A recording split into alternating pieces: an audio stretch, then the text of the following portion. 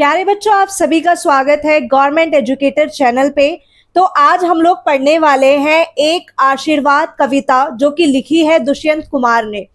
उससे पहले मेरी आप सभी से रिक्वेस्ट है कि प्लीज जो नए जुड़े हैं वो चैनल को सब्सक्राइब कर लीजिए। और कक्षा 8वीं की हिंदी के सभी पाठों का मैंने एक प्लेलिस्ट बनाया हुआ है, तो जैसे ही आप चैनल ओपन करेंगे उसमें आपको एक प्लेलिस्ट वाले ऑप्शन पे जाते ही कक्षा 8 की सभी हिंदी की पाठ और कविताएं देखने के लिए मिल जाएगा। तो आइए शुरू करते हैं। हमारी कविता का नाम है एक आशीर्वाद। क्या आप लोग जानते हैं बच्चों आशीर्वाद क्या होता है?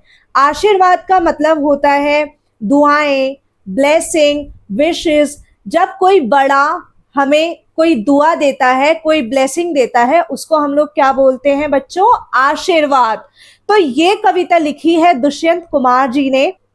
तो इस कविता के जो कवि हैं दुष्यंत कुमार जी, इन्होंने सभी बच्चों को जो बढ़ रहे हैं, जो आगे अपनी मंजिल की तरफ चल रहे हैं, उनको एक आशीर्वाद दिया है इस कविता के माध्यम से। तो आइए जानते हैं इसका क्या अर्थ है। सबसे पहले आशीर्वाद। आशीर्वाद का अर्थ होता है दुआ, ब्लेसिंग। जब कोई बड़ा हमें दुआ देता है, ब्लेसिंग देता है, तो उसे हम लोग क्या कहते हैं? आशीर्वाद। कवि कहते हैं, जा तेरे स्वप्न बड़े हो, भावना की गोद से उतरकर जल्द पृथ्वी पर चलना सीखे, चांद तारों सी अप्राप्य सच्चाई के लिए रूठना मचलना सीखे, हंसे मुस्कुराए गाए। तो आइए पहले इसको समझते हैं। कवि कहते हैं जा मतलब तू बढ़, आगे बढ़ अपनी मंजिल की तरफ। तेरे स्वप्न कैसे हो? बड़े हो। बच्चों, स्वप्न का अर्थ होता है सपने।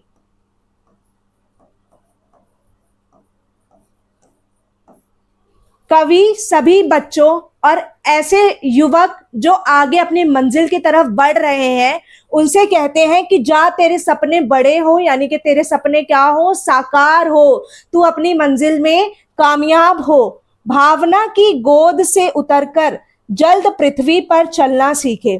बच्चों, भावना की गोद से उतरकर का क्या मतलब है, आप इसको समझिए। अभी आप लोग 8वीं कक्षा में हैं। अब आप लोग सोचने लग गए होंगे कि हमें आगे चलकर क्या बनना है, मैं आगे चलकर क्या करना चाहता हूं। और 1-2 साल के बाद आपको उसी प्रोफेशन से संबंधित एक विषय भी चुनना होगा, जैसे साइंस, कॉमर्स, आर्ट्स। तो इसी तरीके से मतलब आपने स्वप्न देखना तो शुरू कर दिया है, आपने सपने देखना शुरू कर दिया है और एक मंजिल सोची होगी कि मुझे उस मंजिल की तरफ जाना है। और धीरे धीरे आप उस मंजिल की तरफ बढ़ने के लिए क्या कर रहे हैं? मेहनत भी कर रहे हैं। पर कवि कहते हैं भावना की गोद से। भावना यानी कि सोच। सिर्फ हमें सोचना नहीं है, जैसे हम सोचते हैं ना कि हमें ये करना है, हमें वो करना है, उसी को बोला है भावनाएं। जो चीज हम फील करते हैं, जो चीज हमें अच्छी लगती है, उसी को कवि ने कहा है भावनाएं। तो अब उन भावनाओं की गोद से उतरो। जैसे भावना का मतलब यहाँ पर यह है कि हमें केवल सोच तक नहीं रखना है उसे, उससे सोच से बाहर निकलकर हमें क्या करना है? जल्द पृथ्वी पर चलना सीखें, अपनी मंजिल की तरफ चलना सीखें। बच्चों, पृथ्वी का अर्थ होता है धरती।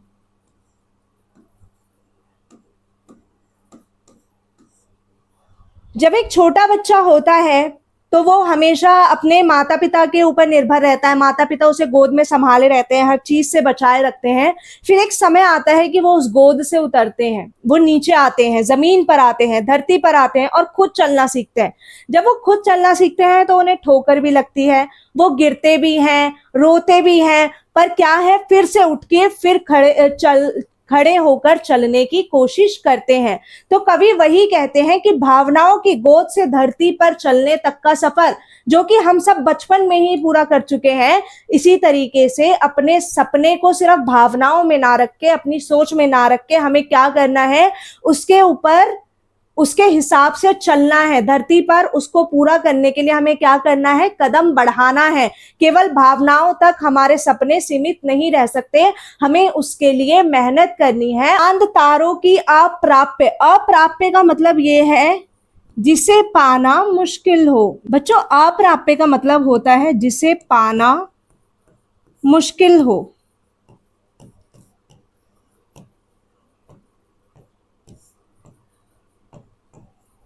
तो बच्चों, चांद तारों तक पहुंचना या चांद तारों की बातें करना वो हमारी भावनाओं तक ही रह सकता है, वहां सब पहुंच नहीं सकते।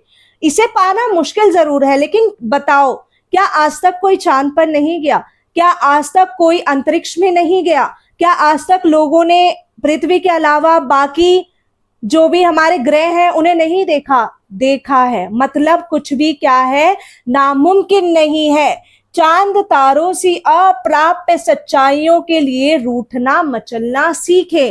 कवि यहाँ कहना चाहते हैं कि जिस तरीके से आप लोग सोचते हैं ना कि मैं चांद तोड़ लाऊंगा, तारे तोड़ लाऊंगा, वो मुश्किल बहुत है, वहां तक पहुंचना मुश्किल बहुत है, लेकिन नामुमकिन नहीं है। और वो मुमकिन कब होगा? जब आप उसके लिए रूठेंगे। कई बार ऐसा होता है, आपको ठोकर लगती है, आप अपनी मंजिल तक पहुंचने से पहले कई बार ऐसा लगता है कि हार मान जाएंगे, उदास हो जाते हैं कि हमसे ये नहीं हो पाएगा। और मचलना सीखें कि नहीं, मैं करूंगा, मेरे से होगा। और उसके लिए संघर्ष करना सीखें। जब आप मेहनत करेंगे, जब आप संघर्ष करेंगे, तो वो अप्राप्य चीज जो कि पाना बहुत मुश्किल है, उसकी सच्चाइयों तक भी आप पहुंच सकते हैं। हंसे, मुस्कुराएं और गाएं।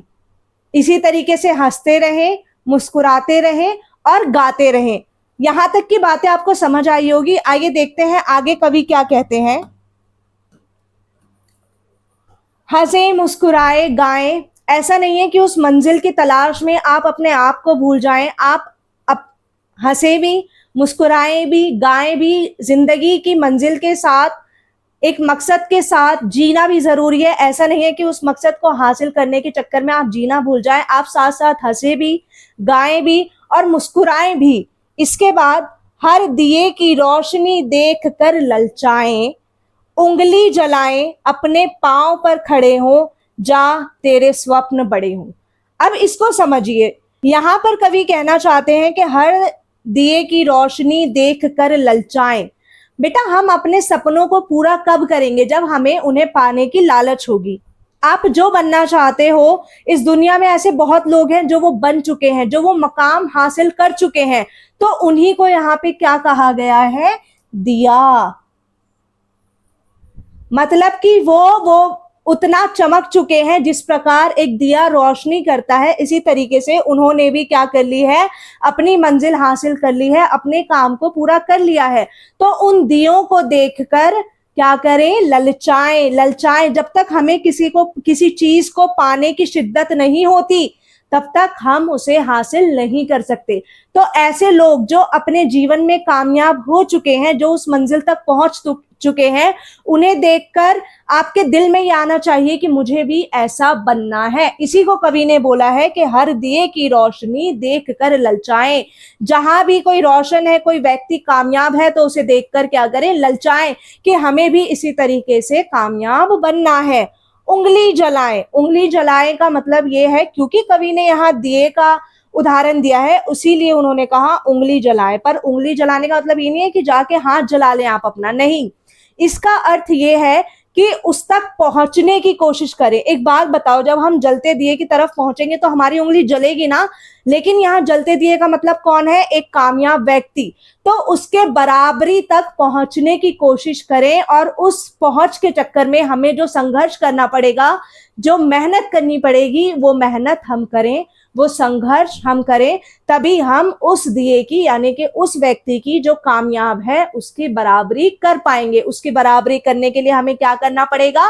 उंगली जलानी पड़ेगी, यानी कि संघर्ष करना पड़ेगा। अपने पांव पर खड़े हो। इतने कामयाब हो, इतने कामयाब हो कि खुद अपने पांव पर खड़े हो। अपने पांव पर तो सभी खड़े होते हैं ऑब्वियसली। मुझे पता है कुछ बच्चे आएंगे और कमेंट में बोलेंगे मैम हम तो अभी भी अपने पांव पर खड़े हैं। तो पांव पर खड़े होने का मतलब ये है कि कामयाब होना, वो मंजिल जो आप पाना चाहते हैं, उस मंजिल को पाना आपके जीवन का उद्देश्य होता है। जब आप उसे पा लेते हैं तो ऐसा लगता है कि जीवन सफल हो गया और जीवन का मकसद सफल हो गया। जा तेरे स्वप्न बड़े हों।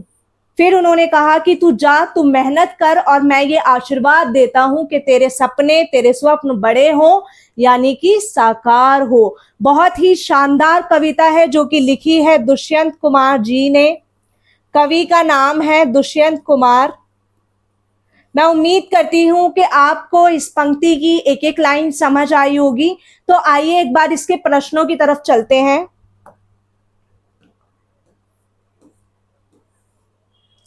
आप लोग देख सकते हैं दुष्यंत कुमार जी ने लिखी है, उनके लेखक का परिचय है, आप लोग इसे एक बार रीड कर लीजिएगा।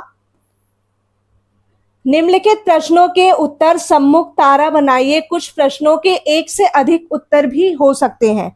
तो आइए जानते हैं पहला प्रश्न क्या है, पढ़ते हैं इसे।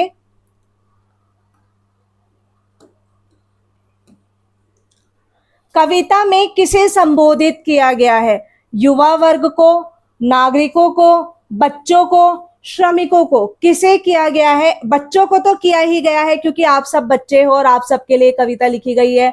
इसके अलावा युवा वर्ग जो अपने जीवन में कुछ करना चाहता है, उनको भी क्या किया गया है बेटा? संबोधित किया गया है। संबोधित मतलब कहना, बताना कि तुम्हें क्या करना चाहिए। तेरे स्वप्न बड़े हो, पंक्ति में स्वप्न से क्या अर्थ है? स्वप्न का अर्थ मैंने बताया था सपना। तो आइए इसके ऑप्शंस देखते हैं। कल्पना की उड़ान भरना, यानी कि बहुत बड़े बड़े ख्वाब रखना, आकांक्षाएं और रुचि रखना, बहुत सी उपलब्धि पाना और बड़े लक्ष्य निर्धारित करना। इसका जो सबसे अच्छा आंसर है वो ये है, बड़े बड़े लक्ष्य निर्धारित करना। ठीक है, आप एक से ज्यादा उत्तर भी इसके लगा सकते हैं। उसके बाद आगे चलते हैं बच्चों। उंगली जलाए, पंक्ति में उंगली जलाने का क्या भाव है, क्या अर्थ है? कवि क्या कहना चाहते हैं उंगली जलाए से?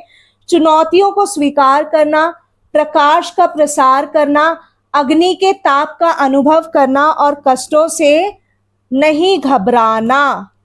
अब देखो बच्चों, चुनौतियों को स्वीकार करना, मैंने आपको बताया था जब आप ध्येय की तरफ जाओगे, यानी किसी कामयाब व्यक्ति की तरफ जाने की कोशिश करोगे, उसके बराबरी करने की कोशिश करोगे, वहां तक पहुंचने की कोशिश करोगे, तो मेहनत तो करनी पड़ेगी और मुश्किलें भी आएंगी। तो चुनौतियों का सामना करना, ये उत्तर आपका हो सकता है। इसके अलावा प्रकाश का प्रसार करना, क्या ऐसा बोला था कि और रोशनी बढ़ानी है तुम्हें? ऐसा तो नहीं कहा गया ना। इसके बाद अग्नि के ताप का अनुभव करना, ये वही वाली बात कि मैं तुम्हें बोलूं उंगली जलाओ तो जाके आग के आगे ऐसे करके हाथ रख दो कि मैम हमने तो उंगली जला ली और हम कामयाब हो गए, तो ऐसा कुछ नहीं कहा गया है।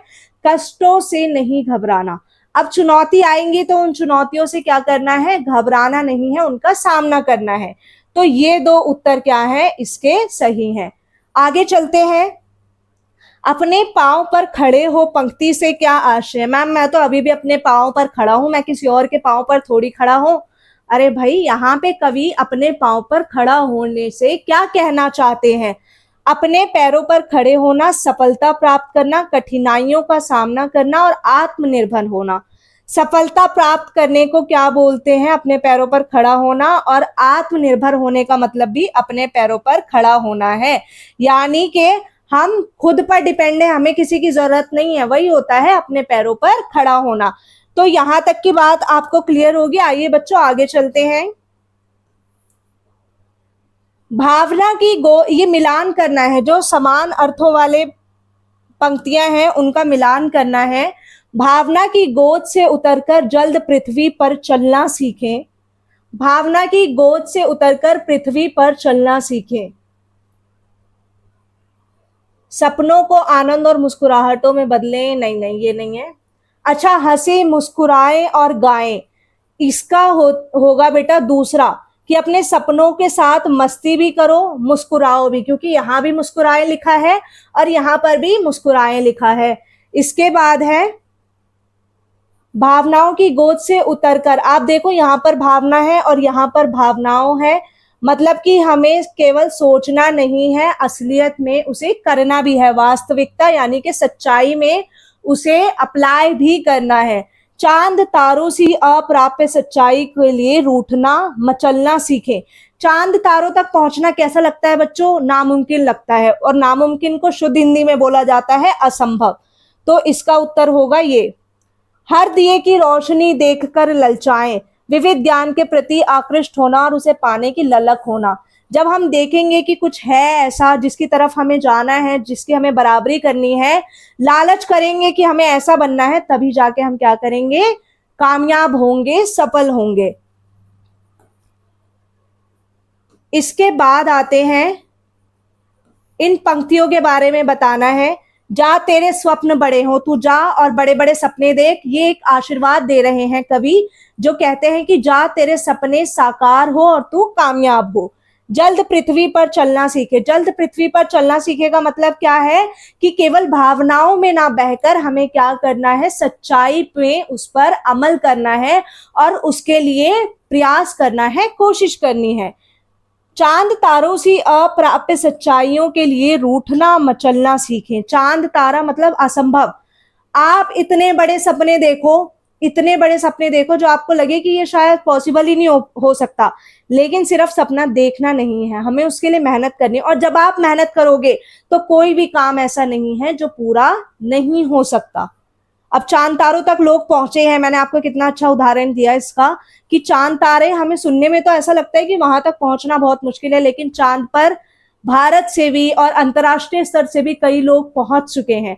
तो इसीलिए आपका सपना इतना बड़ा होना चाहिए जो देखने में असंभव लगे, लेकिन आपको उसे करके दिखाना है। कविता में सपनों के बड़े होने की बात की गई है। आपके अनुसार सपने कौन कौन से हो सकते हैं, ये आप अपने हिसाब से उत्तर कर सकते हैं कि क्या क्या सपने हो सकते हैं। ये अनुमान और कल्पना है। इसके बाद नीचे आ जाते हैं। बेटा ये देखिए, नीचे दिए गए रिक्त स्थानों में स्वप्न से जुड़े शब्द अपने समूह में चर्चा करके लिखिए। देखो, स्वप्न मतलब सपना, एक शब्द तो हमारा सपना ही हो गया। एक हम लोग ख्वाब लिख सकते हैं। और इस तरीके से मतलब स्वप्न शब्द के जितने भी पर्यायवाची हैं, जो भी मिलते जुलते शब्द हैं, उन्हें यहाँ पे आपको लिखना है। इसके अतिरिक्त यहाँ पर आपको अन्य शब्दों के पर्यायवाची शब्द दिए गए हैं कि पृथ्वी को हम लोग धरा, वसुधा, अवनी और सुता। चांद को हम लोग किस किस नाम से जानते हैं, तारे को क्या क्या कहा जाता है, रोशनी, स्वप्न, दिया, इन सबको क्या क्या कहा जाता है। तो इन्हें, ये आपकी परीक्षा में पूछे जा सकते हैं, इनके पर्यायवाची आपसे पूछे जा सकते हैं। तो इन्हें आप उत्तर पुस्तिका में लिख लीजिएगा, नोटबुक में लिख लीजिएगा और आपको याद करना है। कविता के माध्यम से बड़े लक्ष्य निर्धारित करने और उन्हें पूरा करने का आशीर्वाद दिया गया है। दिन प्रतिदिन के जीवन में आपको अपने माता पिता, अध्यापक एवं परिजनों से किस किस तरीके के आशीर्वाद मिलते हैं। आपके बड़े, आपके अध्यापिका, आपके टीचर्स, बड़े लोग क्या क्या आपको आशीर्वाद देते हैं वो लिखने हैं। आप भी अपने छोटों के प्रति किसी न किसी प्रकार से शुभेच्छा प्रकट करते हैं, उन्हें लिखिए। और आप कैसे अपने जो छोटे होते हैं उनसे प्यार करते हैं, उन्हें आशीर्वाद देते हैं। ऐसा नहीं है आप 8वीं कक्षा में है तो आपसे छोटा कोई होगा नहीं, हाँ होंगे। कुछ प्राइमरी के स्टूडेंट्स होते हैं और कुछ आपके रिलेटिव्स में होते हैं, कुछ आपके सबके किसी किसी के छोटे भाई बहन भी होते हैं। तो उन सब के लिए आप लोग क्या करते हैं, अच्छी दुआएं करते हैं, उन्हें भी लिखना है। तो बच्चों, ये था हमारी कविता। मैं उम्मीद करती हूँ कि आप लोगों को पसंद आई हो, इंटरेस्ट आया हो। मैंने इसको, हर लाइन को बहुत अच्छे से आप सभी को समझाने का प्रयास किया है। और अगर सच में आपको पसंद आया तो आप सभी से रिक्वेस्ट है कि प्लीज़ चैनल को सब्सक्राइब कर दीजिएगा और इसी तरीके से सपोर्ट करिए। Thank you so much for watching, keep supporting.